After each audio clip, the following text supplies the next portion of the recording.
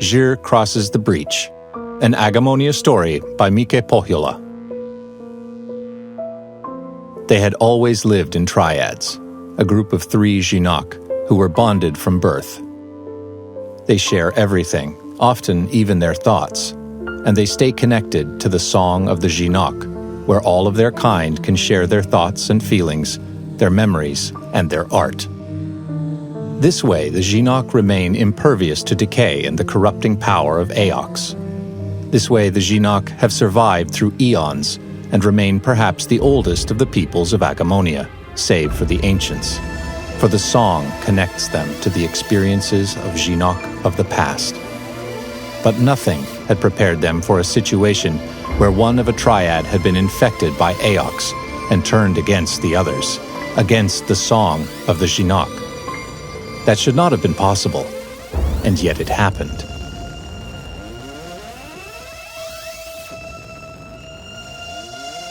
Giz Peninsula was the ancestral home of the Jinok, but few lived there anymore, not since the Ignisars of the Megaean Empire had invaded it. They had burnt the jungle, destroyed the buildings, and poisoned the waters. The Jinok had retaliated, but in the end they had had to evacuate. Neek, on the western island, and Walik in the Breach were now their main homes.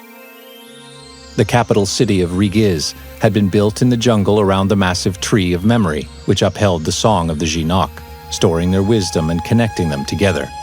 When the Jinok had abandoned Rigiz, they had taken sprouts of the tree of memory with them and planted them in their secret new home, the city of Walik. New trees of memory grew there, well guarded and well nurtured, keeping the song of the Jinok intact. It was gardeners like Žir, Woa, and Shan of the Lak Triad who took care of the trees and the other plants of Walik. Like most Jinok of their age, the cocoons where they had developed had been sheltered in Walik, and they had spent most of their lives in the Breach.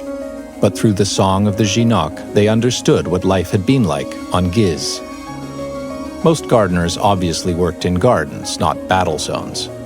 The Lak Triad had been training in taking empty Agura crystals and carefully placing them inside raw fruits of the Lulu tree. If everything was done right, the ripe fruits would contain a glowing crystal full of power. Agura crystals were vital for operating the weather control magicanisms left by the ancients. Unfortunately, some Jinok gardeners did have to work in battle zones nowadays. Since many other triads had perished in Giz, the job of obtaining more sprouts of the Tree of Memory had been given to the Loks. They had opened a portal from Walik to Giz, and had been glad to bask in the welcoming sun and smell the thick scents of the jungle. The stone buildings, magicanisms of the ancients, and the trees, vines, and grasses all joined together in perfect harmony. The Triad had walked all around Rigiz, and had seen 3 half-rotten memory figs which might contain precious seeds they could cultivate back home. But first, they had to get to them. A group of Ignisar Solidans was patrolling the half-destroyed jungle city, riding on their sand lizards. Amidst the immobile devices of the ancients, magical trees and flowers, and Jinok dwellings, the Solidans had become aware of the Gardener Triad and were looking for them. One of the huge armored soldiers growled, "Come out, little podlings, or we will burn you in sacrifice to the burning sun." All 3 knew that was exactly what would happen if they did come out. They were hiding under the complex roots of an ages-old fruit tree from where they could see both of the 3 memory figs and the group of Ignisars. They tried to be as quiet as possible, but Žir heard strange whispers. It hissed at the others to be quiet, but the whispers continued. Not words exactly, but almost like speech. It was not Woa or Shan, but they were clearly coming from somewhere quite near. Almost a pleasant voice. "Not again," thought Žir. Here you are, you sunless miscreants. The scaly, horned face of an Ignisar looked at them, its head wrapped in a golden helmet, magical fire brimming all around it. Just before it managed to butcher them all with its bardiche, its eyes bulged out of its ugly head and went completely blue. Sun, fire! The Ignisar yelled, with a voice like a thunderclap, and then fell down backwards.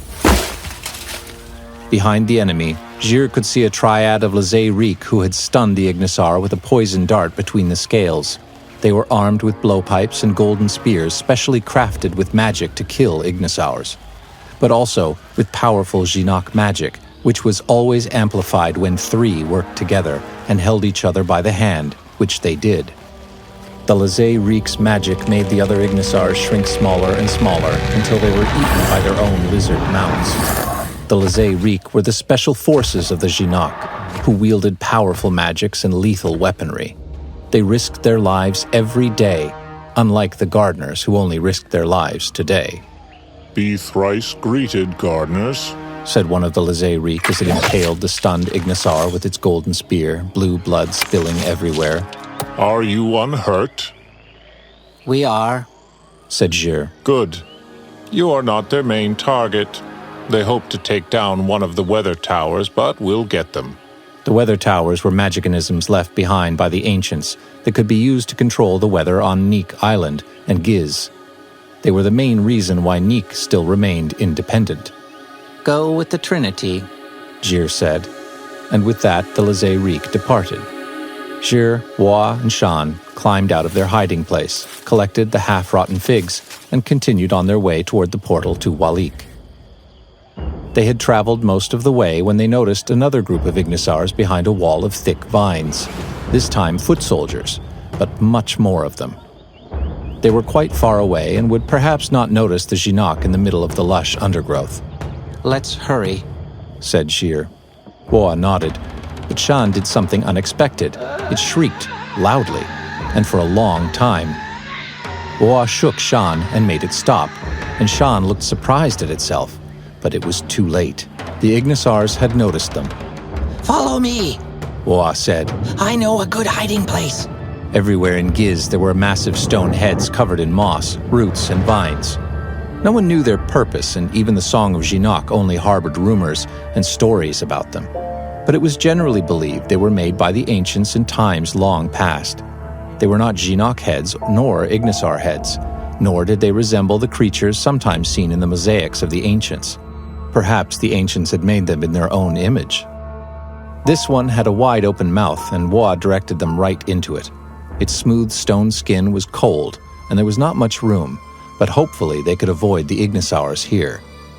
Gir and Wa exchanged worried glances over Shan, who seemed to be hallucinating. Its large eyes half closed, and its green hand grasping at things in thin air. They would have to get their third to a healer, fast. They held hands and closed their eyes, reaching communion, a connection where they could share their minds and where their inner magical energies would be strengthened. It usually made recovery faster, too, but something was wrong. Gir could not feel Shan's thoughts the way it always had.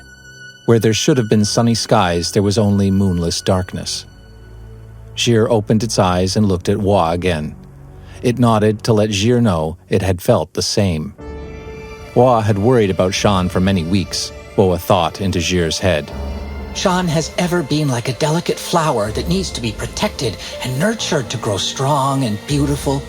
Long has it blossomed, and without it we would not have been the Triad that we are. Yet Wa feels it has been infected by some foul disease or evil curse, and is in danger of withering. Gir fears the same, Gir admitted in shared thoughts. Sometimes even Gir has heard strange whispers and seen shadows without caster. Perhaps they are glimpses of whatever is ailing Shan. Wa seemed alarmed. If that is true, then we need to speak to the messengers. Gir nodded. That seemed like a good idea, but first they would have to escape Giz and get back home. Ignisars worshipped the sun and shunned the dark nights of Giz. After dusk, the Triad sneaked out of the mouth and into the cool air.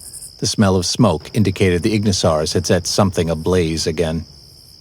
The 3 sneaked to the portal and used the last of their strength to open it, leaving Agemonia for the breach.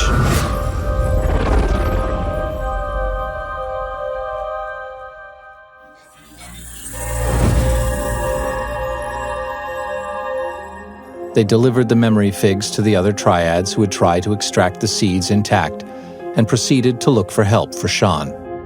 Many Triads were lifting massive blocks of stone with their magic, reconstructing the old holy district of Rigiz here in Walik. The temples would not be ages old, but they would still house the messengers of the Trinity and all the worshippers. There were already many statues and altars here, and in time there would be many more. Perhaps one day future Jinak would consider this the old holy district. Right now, it was the new holy district, still very much under construction.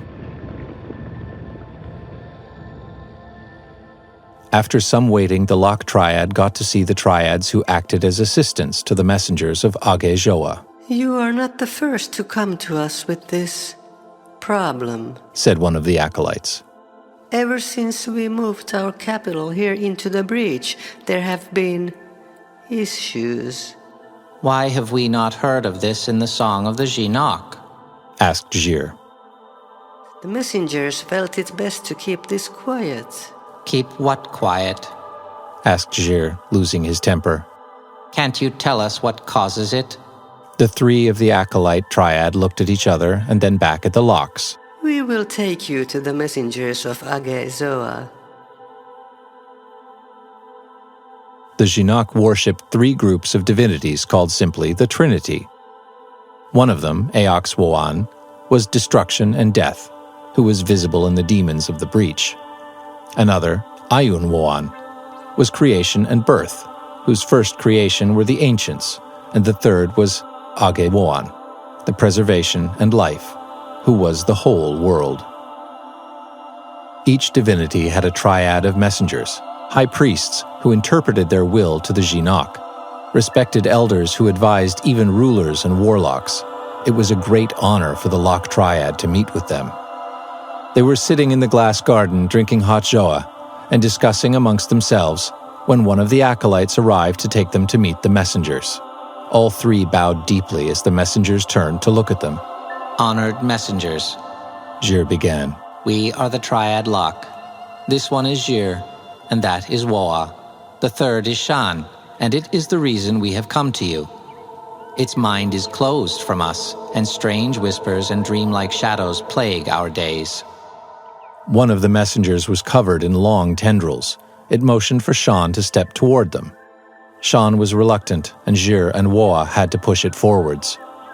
The messenger in the middle took its companions by the hand, and the other two messengers placed their free hand into Shan's two hands, linking all four of them together. Shan twitched as they probed its mind. Jir and Woa looked on for what seemed like a long time. The aromas of different fruits and plants filled the air as the colorful butterflies in the garden flew from flower to flower. Eventually, the messengers let go of Shan, who collapsed into Woa's arms. Shan of Lac is tired, one of the messengers said. But its body will heal. Did you figure out what's wrong with it? Jir asked. A darkness has befallen the Jinak of late, said Ran Sai of Zhu, the middle messenger. Ever since Giz was attacked and we moved here into the breach, the power of Eox Woan has grown, and the Eox Joa are a constant nuisance at our borders. We know this and haven't been to the borders, said Jir. Yes, said Ran Sai hesitantly. But Eox Woan is like a plant with many roots. If one fails to strike water, another root will travel great distances to find a river. You speak in riddles, Ran Sai. Then understand this, Sproutling. Eox is a living force, an energy that fills the breach, and can move like it has a will of its own. It does not need Eox Joa to cross our borders. We know it has infiltrated some cocoons, and there are triads who sprout already tainted by Eox. No, said Jir, backing off from the messengers, as if it could thus escape what had been spoken. All the messengers looked at Jir solemnly. They knew this was hard to hear, but they believed it to be the truth. And you're saying Shan has been tainted? You have felt the Eox yourself, heard its whispers in the wind, felt its presence in the flickering shadows. Jir was getting too anxious to talk. This could not be happening. Not Shan. Not funny, odd, delicate, fragile little Shan. No, there has to be some other explanation.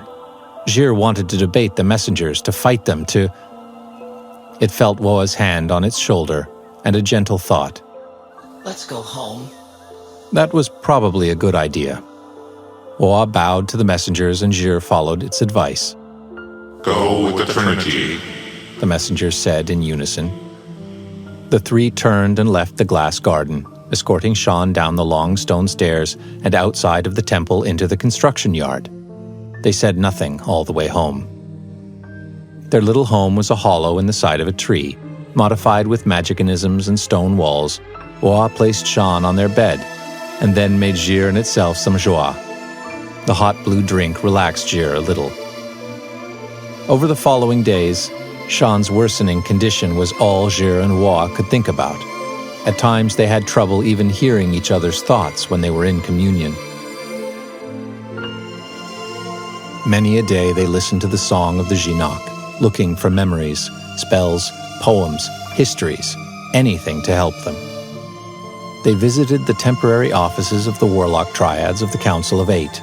The warlock triads would be connected to warlocks of other peoples and might foster ages-old wisdom lost to the song of the Jinak. But they wanted little or nothing to do with anything related to Eox Shoah. They returned to the new holy district to consult with acolytes of the other divinities.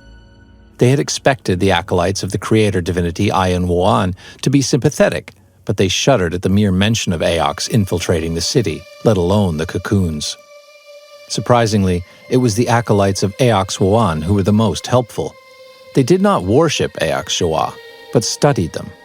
They had intimate knowledge of how Eox works and how Eox Woan is necessary for change, but how it must always be mitigated by the other two divinities. Left alone, Eox would bring about the destruction of both Agemonia and the breach. There is a way to protect against the power of Eox Woan. Lotuses are a flower which grows here in the breach. While ordinary plants feed off water, sunlight and dirt, these lotuses also drink Eox and Ayun. These flowers are the only way we can exist here in the breach at all, without all of us being engulfed by Eox. Eox Woan is a powerful deity, and we must treat it with extreme care. What are you saying? Asked Jir. Are there soul lotuses here in the city? Yes, right here in the temple of Eox Woan, where we tend to them in our gardens. They are key to our survival. If we had more and they were in full bloom, the infestation would not have been possible.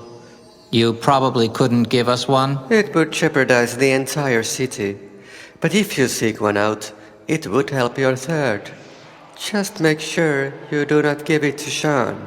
If a soul lotus gets into the wrong hands, it could just as easily empower Eox as it could enfeeble it. You must use the flower to help your third. Where can we find this magical flower? You would need an army to go there, for the Eox Zoan guard them heavily. The only place we know where the soul lotus grows is Mount Leanaveala, deep in the territory of one of the Eox Zoan rulers. Thank you, acolytes, said Jir and bowed. Woa bowed too. Go with the Trinity, the acolytes replied by way of a goodbye. We must travel to that mountain, whatever its name was, said Jir. Leanaveala, said Sean, who was mostly quiet these days. It was staring into nothingness, eyes wide open, but it seemed to listen intently nevertheless. Jir, we're gardeners, said Woa. What hope have we against an army of Eox Joa? What hope have we if one of us succumbs to the corruption of Eox? You have seen the Shanuk wandering the streets pointlessly, the ones who have lost their thirds to disease or Ignisar weapons. They have no reason to keep on living, but they cannot die either before their time comes. Do you want to be like them? Woa looked sadly at Sean and seemed to make up its mind. We must be well prepared for such a journey, it said. They attempted communion again, but found that Sean remained closed off to them.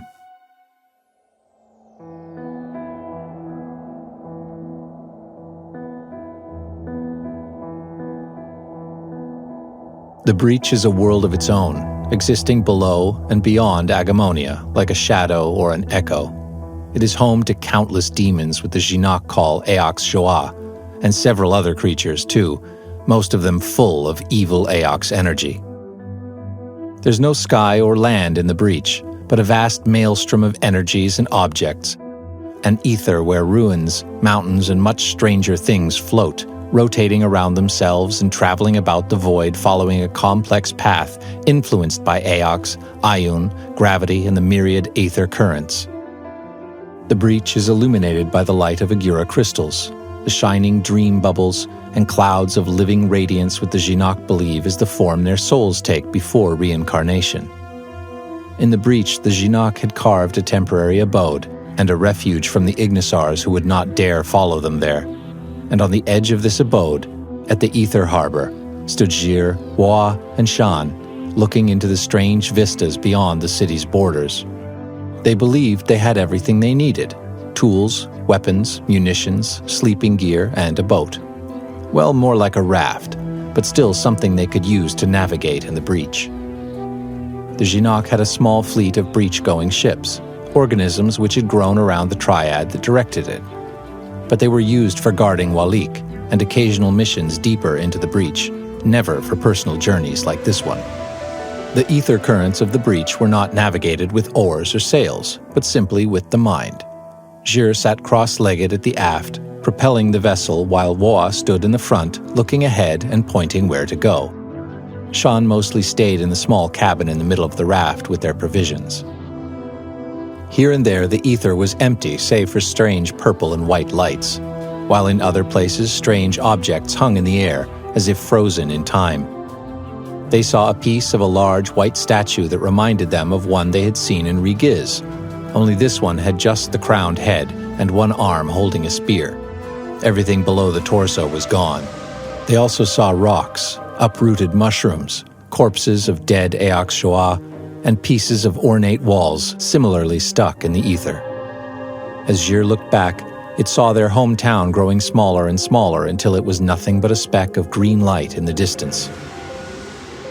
Odd breach creatures swam in the current like Eox Joa in the shape of eels or waterfowl. Some of them attached themselves to the ship with their disgusting sucking mouths, and Jir had to remove them with a stick. The sun did not set nor the moons rise in the breach, but having lived there all their lives, they could reasonably determine the length of the day and the night. They estimated they had traveled for 3 days when Wa pointed at a large boulder far ahead. As they approached it, the boulder grew larger and larger until it looked like a mountain hanging in the ether. Mount Leanaweala. It stretches from left to right, said Shan dreamily, and it was true.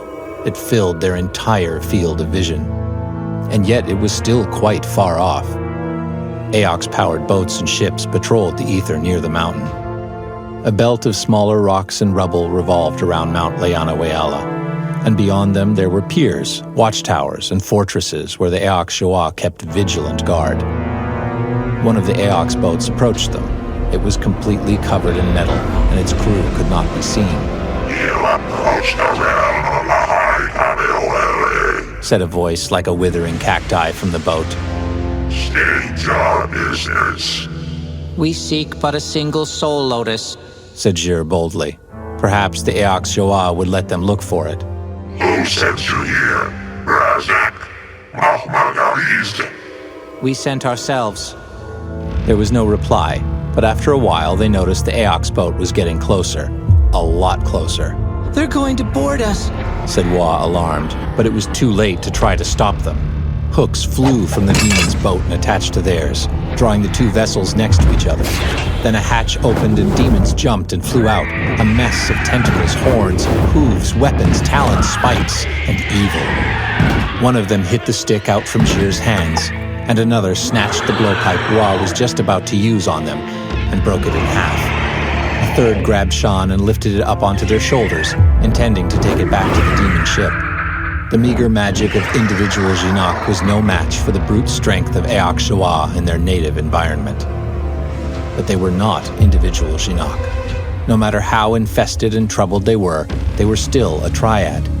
Knowing this, Jir and Woa ran to the green-winged demon that had grabbed Shan, managing to avoid the grabbing claws of the other enemies and jumped on the creature's back. Jir managed to grasp one of Shan's hands and Woa another, and then they took hold of one another, reaching communion faster than a butterfly flaps its wings. They concentrated their strengthened magic on the bulging demon under them, and it immediately started to shrink. Soon it was no bigger than a Shinnok, and then even smaller, until Jir could simply kick it overboard. They turned around and saw that 5 Aok Shua were now facing them with a single intent: stop the communion.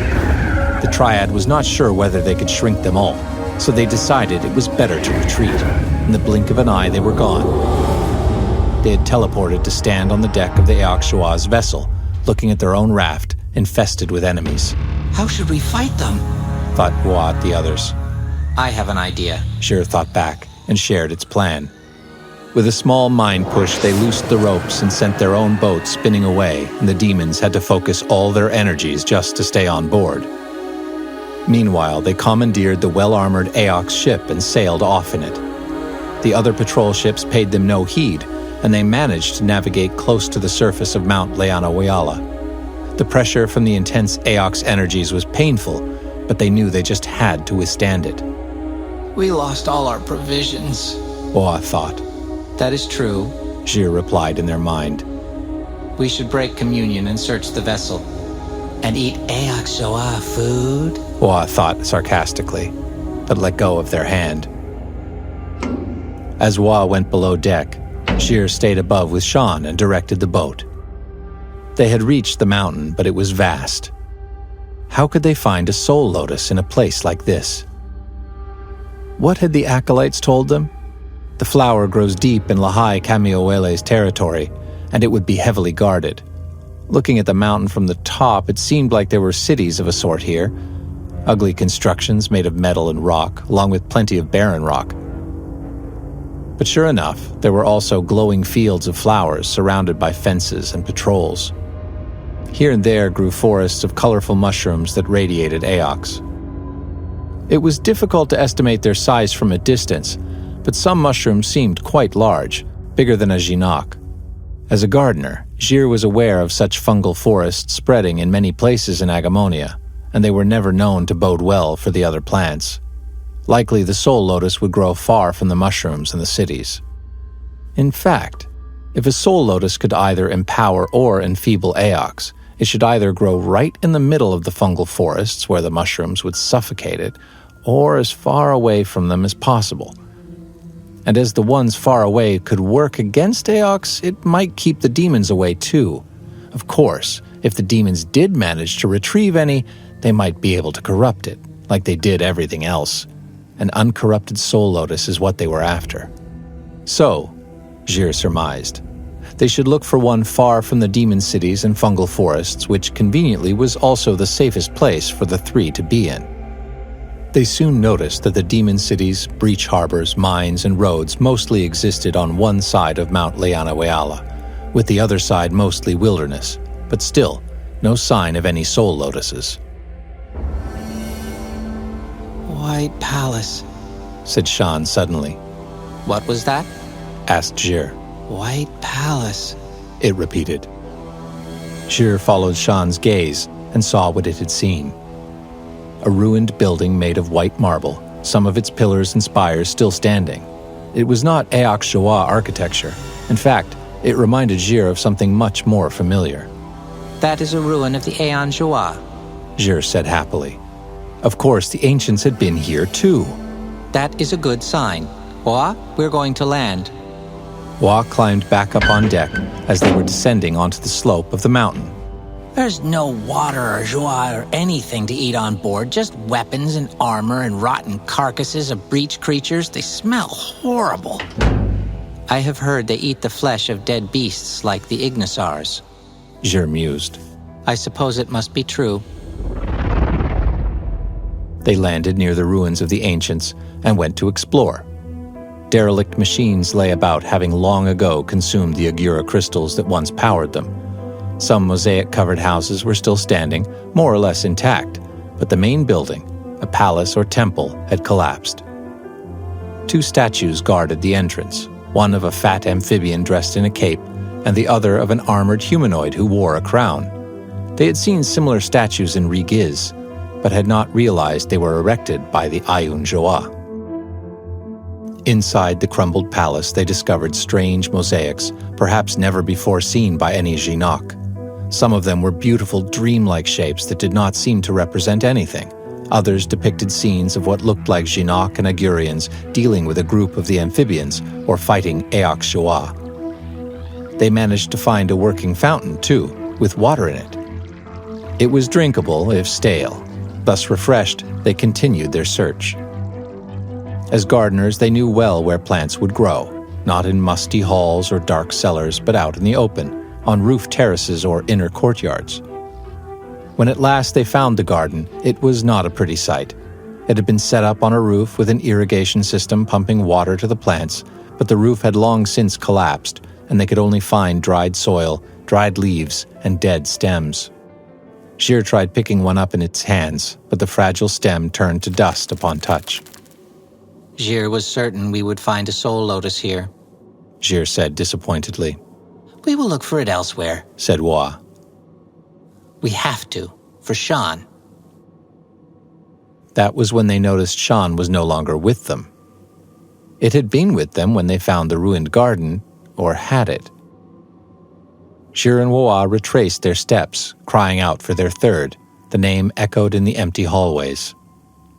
They grew worried, checking every room to find it. Eventually, they discovered it sitting cross-legged on the courtyard floor, looking into the distance. You can't run off like that, Jir berated it. Soul lotus, Shan said quietly. It was right. A plant was levitating in the back of the courtyard, its roots hanging in the air, its large blue flower shining with a pleasant Ayun light. You found it, said Wa greedily, and moved toward the flower. Well done, Shan, agreed Jir. But if Shan was consumed by Aoks, why would it help them get the cure against Aoks? Jir put that thought aside for now, since the main thing was that they had found what they were looking for. Jir, said Wa. Remember what the acolytes told us? This must not get into the wrong hands. Hold Shan while I catch the flower. Had Wa read Jir's mind? No, they were not in communion, but it was a good idea. So Jir grabbed Shan's hand. Not that Shan was going anywhere, it was still sitting there. The glow of the flower gave Wa a strange hue as it placed its hands on the aerial roots, a cluster of thin vines which extended downward like the arms and tentacles of a jellyfish. The light of the plant dimmed a little upon touch, but soon returned to normal as Wa held it. I've got it, it said. Well done, said Jir. Shan did not say anything but started to hum nervously. Now, how do we use it? asked Jir. They were told it could enfeeble Aoks, but how? Wa did not reply as it was tending to the plant. There was an offshoot growing near the stem, another smaller soulflower. Left there, such a thing could consume the water and nutrients of the main plant itself, so Wa picked it off and dropped it on the floor. This moment of ordinary gardening seemed to consume its entire attention. How will we get it home? asked Jir a little louder. Here's the thing, said Wa, looking up from the plant with a curious expression. Aoks is not something to fear. It's one of the powers that govern Agemonia and the Breach, and can be used to our advantage. When we Jinok have fought the Ignisars, we have been like Shah Nuk trying to fight the Lazay Reek, weak without its Triad. If we harnessed not just Ayun energies, but Aoks too, we could save Giz from the invaders, and perhaps unlock secrets in the song of the Jinok that have been hitherto hidden from us. Wa, the Aoks is starting to affect you too, yelled Jir, alarmed. Don't you get it? Wa laughed. It was ever Wa, not Shan, but Wa. Wa was given the gift of Aoks before its sprouting. Wa had been growing stronger. Wa closed off our communion. Shan was getting suspicious, so Wa had to take away some of its will. But soon we will all embrace Aoks and learn to use the Soul Lotus to our advantage. This was too much for Jir to hear. In its Aox-addled mind, Woa had decided to hurt Shan, its own third, and hide the truth from Jir, its other third, and refuse communion, and lie. Put the soul lotus down, said Jir, trying to be calm, but without much success. We can use it to heal you, purify you of Aox. But Woa doesn't need to be purified, Woa said, holding the flower in both hands like an offering. Woa needs its triad, and together we will purify Giz. No, Woa.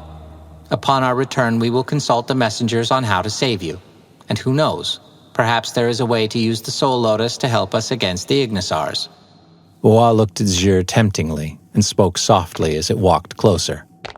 Jir, if you could only see what I have seen, if you could feel the power of Aox and imagine the future I do, let me share my thoughts with you. Come, let all three of us commune like the Triad we are. It was true. They were still a Triad. That could never change. And here they all were. Whatever vision Woa had in its mind, Jir and Shan would be better off seeing it too.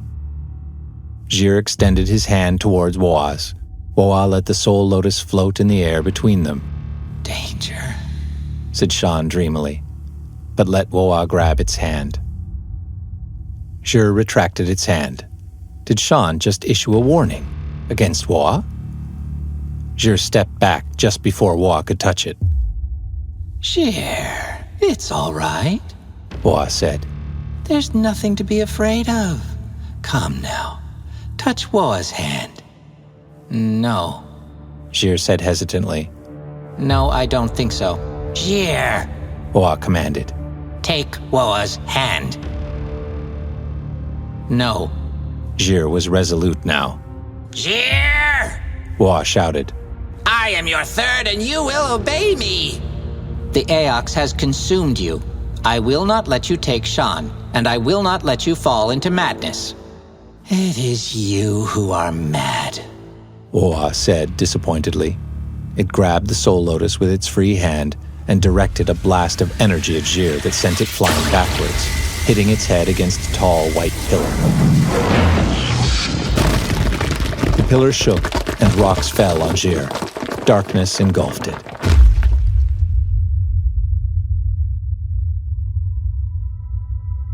As Jir came to, it was all alone under a pile of rubble in the middle of the breach. The ethereal aurora, typical of the breach, could be seen through the collapsed roof, along with the undulating sound they sometimes made. It tried pushing them with its hands and legs, but they were too heavy. It tried moving them with magic, but being so far from its triad was straining its powers. Equally hopeless were its attempts at hearing the song of the Jinoc and asking for help. The tiled floor with its intricate patterns continued from where Jir was to the room where they had found the soul lotus. The offshoot Woa had discarded still lay there.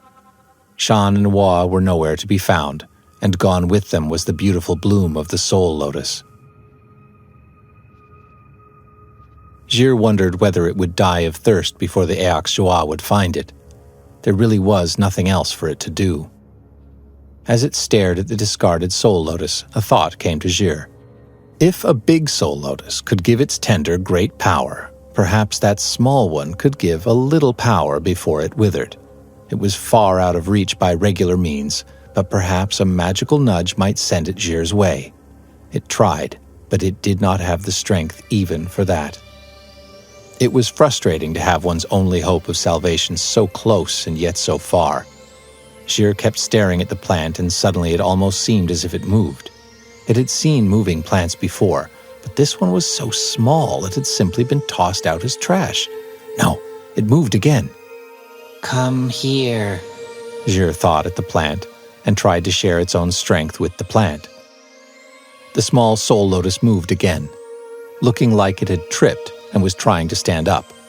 Jir concentrated on giving it as much power as possible, not sure if it was working or if it was just wasting the little stamina it had left for no reason.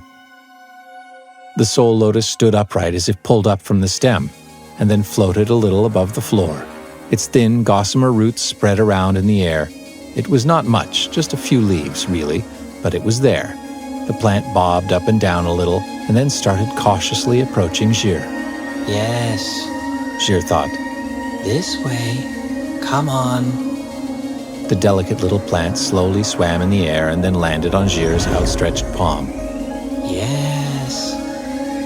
Jir could feel its warm glow soothing it, healing it, empowering it. Using all its magical and physical strength, it managed to move the stones just enough to allow it to crawl out.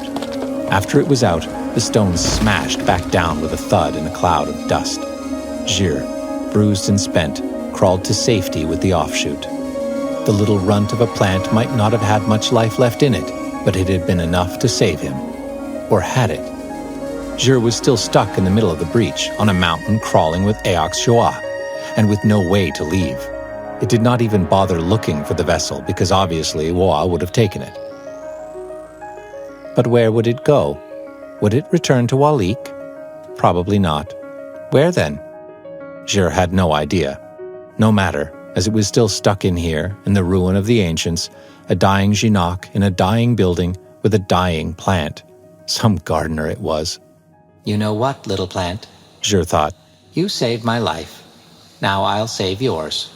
Jir limped with the offshoot to the fountain. Like a Jinak, all plants required water, light, and nutrients. Since the soul lotuses lived in the breach, they would not require sunlight, but would be accustomed to the strange luminescences of this environment. Still, it would not survive without water.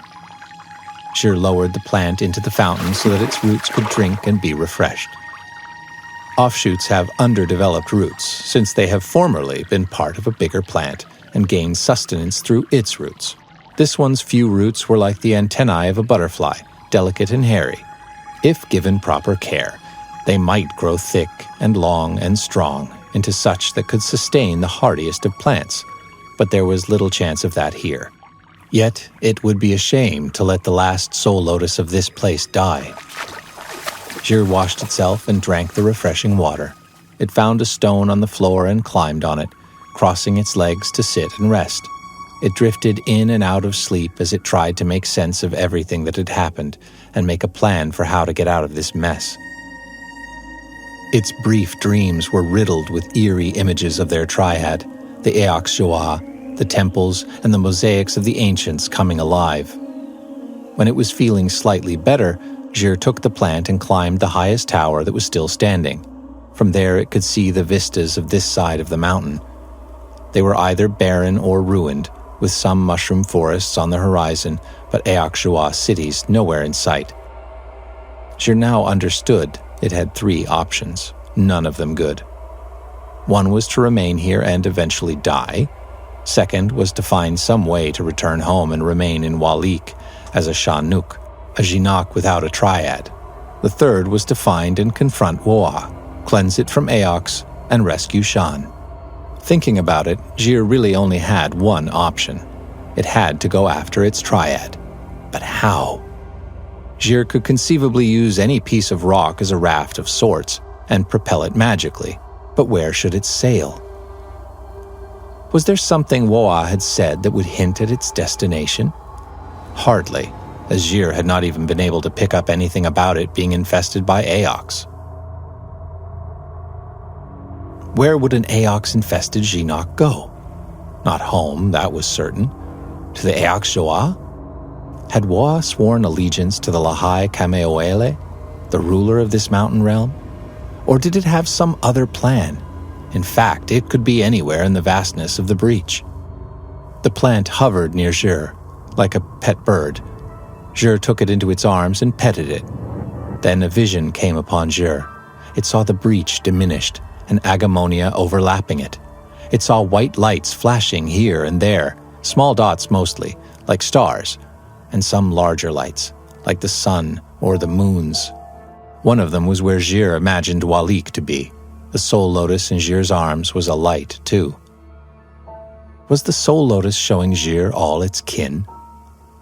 If it was, then one of the small dots of light must be the flower that Woa took. Indeed, one of them was moving away from the mountain. If Jir was right, that would be Woa and Shan.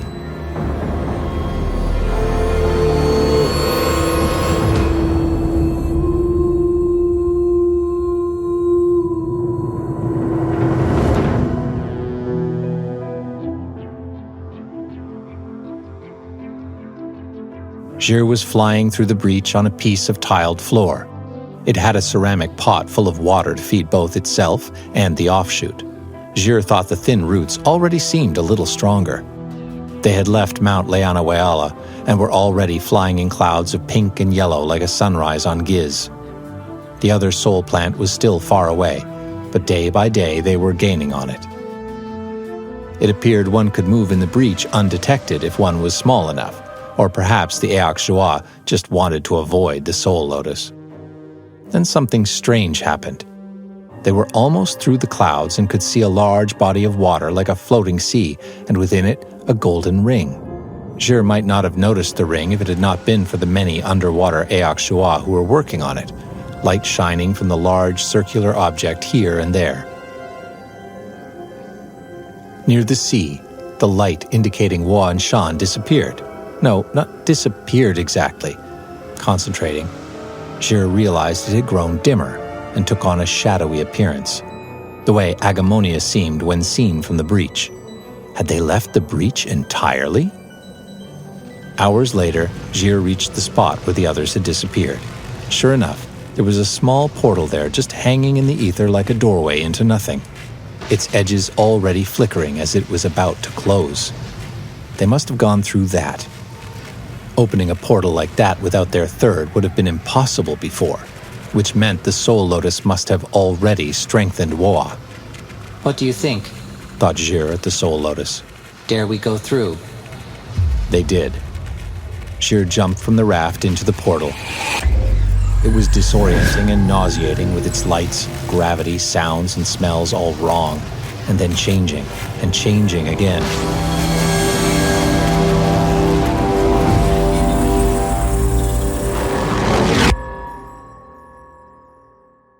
Eventually, Jir was sitting on a crude stone floor in a small chamber in what felt like Agemonia. Physical, sturdy, moldy. It was dark, but once Jir's eyes had gotten used to it, it could see there was a brown circle with complex markings drawn on the stone floor, and it was sitting in it. Perhaps that was part of the magic someone had used to open the portal in the first place. Jir examined the markings and noticed they were drawn in what smelled of dried animal blood. Disgusting. Certainly not something a Jinak would do. Had Jir arrived in the heart of the Magian Empire and would have to face Ignisars? This was not blue Ignisar blood, but they were known to sacrifice their enemies to their cruel sun god. There was a ladder leading up in the back of the chamber. Jir climbed it, the soul lotus constantly levitating nearby. There was an open hatch in the ceiling, and Jir carefully peered through it.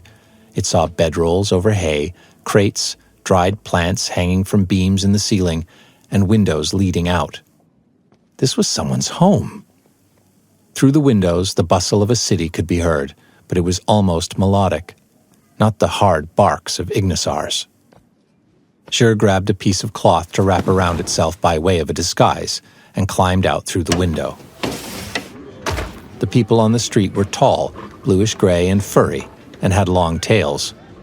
Some of them were draped in cloaks, others in armor, or fine suits of strange, shiny fabric. Heaven protect! Jir heard one person say to another in an odd dialect. These must be Natigri. Jir thought. And this, the Republic of Benim on the far side of Agemonia. Why would Wa take Shan here? What was going on? Did they have allies? Was Jir already in trouble? Many Natigri were giving questioning looks at the small creature wrapped in a towel with a plant flying around it. Jir realized it was likely the first Jinak they had ever seen, just like they were the first Natigri for it. Better not draw too much attention. Canals and bridges crisscrossed the city, and Jir eventually found shelter under a remote bridge. Here and there it had already seen some familiar symbols like the sign of the Council of Eight, and that of the flaming jewel emblem that sometimes decorated imported goods in the bazaars of Walik. Perhaps Jir would one day grow to understand the Natigri if it had to stay here. But for now, it was a stranger in a strange land, on an even stranger mission. It looked at the offshoot, its only companion. The little soul lotus had grown a new leaf, and what seemed like the bud of a flower. By the Trinity, Jir said. It was blooming.